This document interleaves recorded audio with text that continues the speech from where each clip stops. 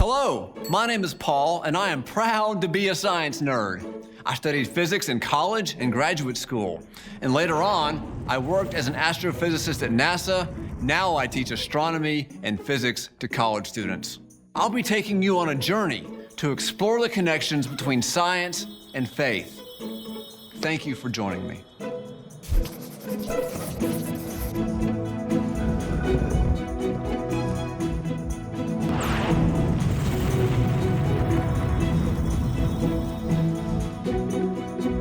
In this video, we'll be exploring more about science and faith. But first, I'd like to say something about lobsters. In order to grow, lobsters must periodically shed their skin. The process is called molting. When a lobster molts, its hard shell gets soft and splits down the back. When the split is long enough, the lobster pushes backwards out of its old skin. It's a stressful process. A newly molted lobster is vulnerable because its new shell is very soft. So for protection, it hides for several weeks until its new skin gets hard again. A lobster molts more than a dozen times as it grows into adulthood. If it did not molt, it would die. Now, during late high school and college, my growing understanding of science drove me to abandon my faith. I saw Christianity and science as competing ways of looking at the world. They were so different. Both could not be true, I thought. At the time, I thought of God as little more than a large and powerful, loving, invisible man in the sky. And I tended to read the Bible as a collection of outdated and magical stories that had no significance for me or for the modern world. Science, on the other hand, seemed like, to me, to be a collection of indisputable facts that spoke for themselves and required no interpretation. And for me, it was either one or the other, science or faith, and I chose science. Now, this concerned some people. My parents worried. Some of my friends were Christians, and some of them tried to reason me back into the church. They came at me with arguments designed to help me see the error of my ways. It also concerned my girlfriend, Elizabeth. She loved me, and I loved her, but she was a Christian and I wasn't, and this made our relationship difficult. Nevertheless, I refused even to consider changing my mind, and it looked like my days of believing were over. But the truth is, I was like a molting lobster. Throughout my high school and college years, my religious skin grew tight and uncomfortable as I learned more and more about the cosmos. My understanding of God constricted my thinking, and I felt trapped by it. So, I shed my Christianity. The thing I left behind was not faith, but only a particular set of childhood beliefs. What I discovered is that true faith does not harden. True faith is always asking questions and looking for answers, sometimes very aggressively. Faith is a living and evolving thing. It grows as we grow, and it looks different at different stages of life. And in my case, what looked on the outside like a triumph of science over religion was really just a step in the development of my faith. You may ask, how did my faith come back? What happened? When Christians talked to me, I always got the feeling that they saw me as a kind of a lost soul in need of saving.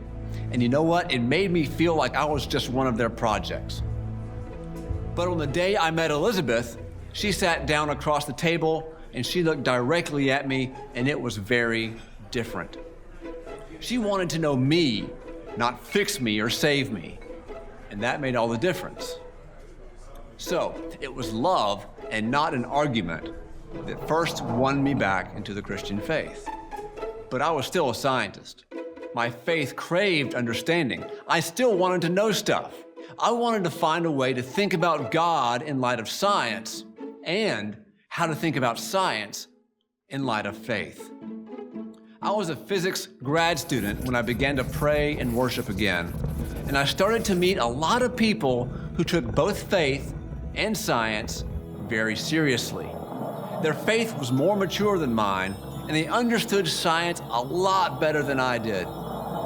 These friends saw faith and science as both and not as either or. I began to think of faith and science in terms of cooperation instead of competition, and that was my fundamental breakthrough. Another thing that changed is that instead of seeing the Bible as just a book of fairy tales, I began to see it as a narrative, a story that spoke deeply to me. I realized that Scripture is about my life and the lives of all people, and even about all creatures.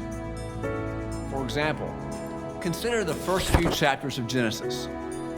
As a teenager, I knew it was impossible to square a historical reading of those chapters with science. That's one of the reasons I dismissed the Bible in the first place. But once I opened up and read Genesis more deeply and more poetically, it came alive. It became a true and sacred story about relationships. These relationships are between God, human beings, other creatures, and even the cosmos itself. Like when God says, "Let the waters bring forth swarms of living creatures," and "Let the earth bring forth living creatures of every kind, cattle and creeping things, and wild animals of the earth of every kind." For me, today, Genesis is a story about the cosmos I love and about who I am as a tiny and imperfect but divinely made part of it. Seeing it through these new eyes helped me, for the first time, to feel at home in the cosmos. I eventually left my scientific career for seminary. There, I learned that Genesis has been read poetically ever since it was written. And as for the rest of the Bible, it's not just one kind of writing, it's a mixture of many genres, each one of which must be read and understood in a different way. As my reading of the Bible changed, so did my view of God. God became less of an oversized grandfather in the sky and more of a mysterious and always present reality. But none of this would have happened if I had not shed my childhood beliefs like a lobster losing its shell. So I wonder, do you have any old ideas which might need to be shed in order for your faith to grow? Together, let's continue to explore how we might enlarge our understanding of God through science.